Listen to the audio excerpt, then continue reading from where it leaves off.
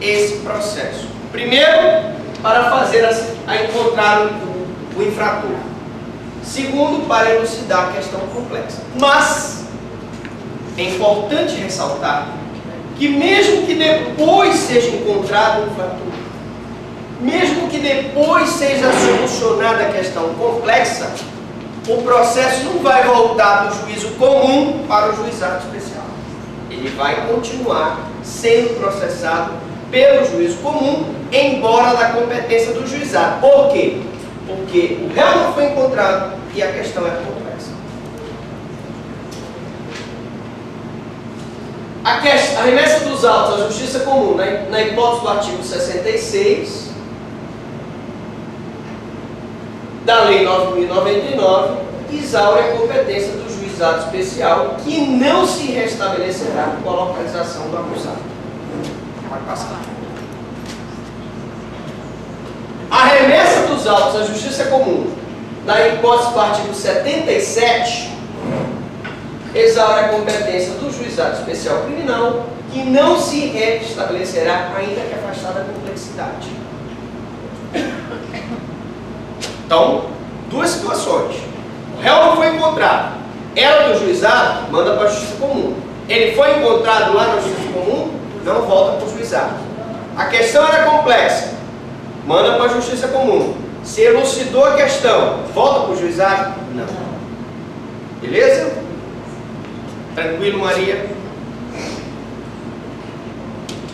Agora, aqui vamos prestar muita atenção para vocês não errarem quando vocês imprimirem a apostila. Eu digo aqui, o processo de medidas despenalizadoras do artigo 306 do Código de Trânsito Brasileiro, por força do parágrafo único do artigo 291 da mesma lei, não compete ao juizado especial criminal.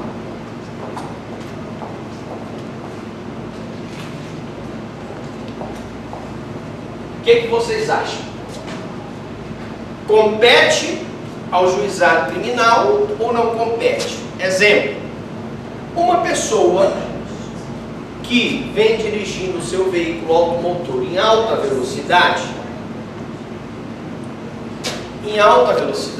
ela, numa pista que a velocidade é 60 km, ela vem a 120 km, e aí passa a velhinha e ela, pá, atropela a velhinha. Já temos esse exemplo aqui pelo menos umas 5 vezes. Ora, houve aí, teoricamente, um homicídio culposo na direção de veículo automotor. Alguns crimes do Código de Trânsito permitem a aplicação subsidiária dos institutos despenalizadores do juizado especial. Esses institutos despenalizadores, eles são aplicados pelo juízo do juizado especial ou eles são aplicados pelo juízo competente para julgar a infração de trânsito? O que vocês acham? Sim, bora. Quem acha? Quem não acha nada aí? Não, repita a pergunta, por favor. Pergunta é o seguinte: eu citei um exemplo de uma infração de trânsito. Em algumas infrações na direção de veículo automotor, como a embriaguez, né? Como aqueles famosos pegas, né? Corrida de carro não autorizada, eles são, na própria lei, no próprio Código de Trânsito, se permite a aplicação da transação penal e da suspensão do processo. Composição civil, transação penal, suspensão do processo. Primeiro, existe uma questão aí doutrinária e jurisprudencial. Existe uma briga na doutrina e na jurisprudência sobre a aplicação desses institutos no Código de Trânsito Brasileiro. Existe uma briga doutrinária e jurisprudencial da aplicação desses institutos, por exemplo, no Estatuto do Idoso. Daí que nós vimos no semestre passado aquela questão do artigo 97 do Estatuto do Idoso, que tem 3 correntes. Afinal de contas, professor, qual é a corrente mais prudente? Na minha modesta opinião, é aquela corrente que respeita os requisitos desses institutos. Por exemplo, se eu digo que para aplicação da suspensão condicional do processo, a pena mínima não pode ser superior a 2 anos, evidentemente que se a pena mínima for superior a 2 anos, ele não vai poder ser aplicado a suspensão do processo. Então, quando o Estatuto do Idoso aumentou para 4 anos a pena para efeito de aplicação dos institutos do juizado especial, o que eu disse para vocês? Que essa decisão era inconstitucional, porque eu não posso pegar uma lei especial e passar por cima do que determina a Constituição. A Constituição determinou a criação dos juizados. A criação dos juizados foi feita por meio da Lei 9.099. Se a Lei 9.099 diz que crimes de menor potencial ofensivo são aqueles cuja pena máxima não é superior a 2 anos, eu não posso criar uma outra lei especial aumentando esse limite para 4, para 6, para 8, porque eu estaria aí violando um princípio constitucional. Trocando em miúdos, só se aplica a suspensão do processo respeitados os requisitos do artigo 89 da Lei 9.099. Leia para nós aí, por favor, alguém que tem uma voz. Eu quero aquela voz do Orlando Silva, aquele cantando lábios que beijei. Vamos lá. Nos crimes em que a Bem alto, eu quero alto. Nos crimes em que a pena mínima combinada for igual ou inferior a 1 ano, abrangidas ou não por esta lei, o Ministério Público, ao oferecer a denúncia, poderá propor a suspensão do processo por 2 a 4 anos, desde que o acusado não esteja sendo processado ou não tenha sido condenado por outro crime, presentes demais requisitos que autorizariam a suspensão condicional da pena. Muito bem. Vamos para o primeiro requisito, então. Suspensão do processo. A pena mínima não pode ser superior a 1 ano. Se eu tenho uma lei que estipula uma pena mínima de 2, de 4, estaria correto? Não. Outro requisito é que ele não esteja sendo processado.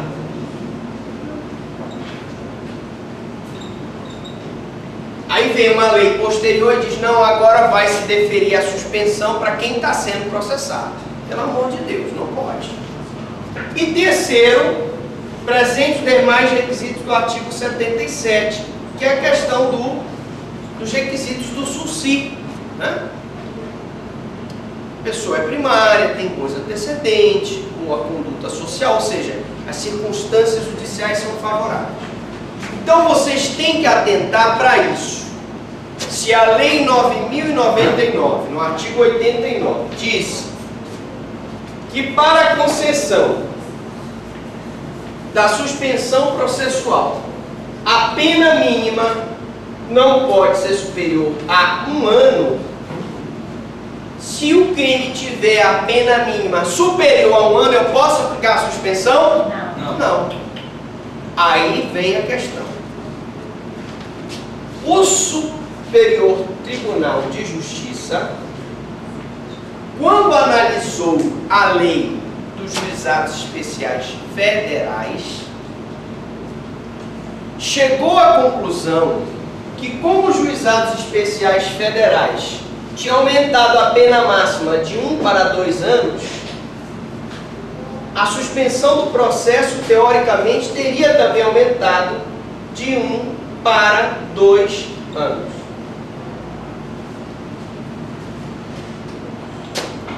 Mas só tem um detalhe, que o Supremo Tribunal Federal, que é o órgão máximo da jurisdição brasileira, disse: não, senhor, desculpe lá, seu STJ, mas continua sendo 1 ano pena máxima, pena mínima para efeito da suspensão do processo.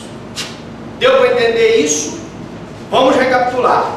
O artigo 89 da Lei 9.099 diz que, para a suspensão do processo, a pena mínima do crime não pode ser superior a 1 ano. O STJ entendeu, em virtude da lei dos juizados federais, que a pena mínima teria aumentado para 2. Só que o Supremo, que é o órgão máximo da nossa jurisdição, disse: não, senhor, pena mínima não é 2 anos como o STJ quer. A pena mínima continua sendo 1 ano. Bom, só para concluir, Maria. Então, nesse caso aqui, meus amigos, só se aplicará os institutos do juizado especial na lei, no Código de Trânsito, no Estatuto do Idoso, se estiverem preenchidos os requisitos legais desses institutos. Tá bom? Deu para entender isso? Tranquilo? Vamos lá. Juizados especiais não são competentes para conhecer e julgar feitos criminais versando sobre delitos com pena superior a 1 ano, ajuizados até a entrada em vigor da Lei 10.259. Prestem atenção. Da Lei 9.099/95 até o advento da 10.259/01, até aqui vigorava a lei do juizado especial estadual, que dizia que a pena máxima não era superior a 1 ano. Com o advento da 10.259/01 em diante, a pena máxima passou a não ser superior a 2 anos. Deu para entender? Enquanto vigorava o juizado estadual, pena máxima não era superior a 1 ano. Crime de menor potencial ofensivo. Menor potencial ofensivo. Com a Lei 10.259, ajeitar esse nome aqui, a pena máxima passou a não ser superior a 2 anos. Vocês lembram disso? No juizado especial estadual, Lei 9.099, menor potencial ofensivo era pena máxima não superior a 1 ano. Com o advento do juizado especial federal, é que a pena máxima passou a ser não superior a 2 anos. Tranquilo? Bom, aí vem um dispositivo muito interessante que diz: além dos crimes contra a honra, são excluídos da competência do juizado especial todos os crimes para os quais a lei preveja procedimento especial. Esse dispositivo está revogado pela Lei 10.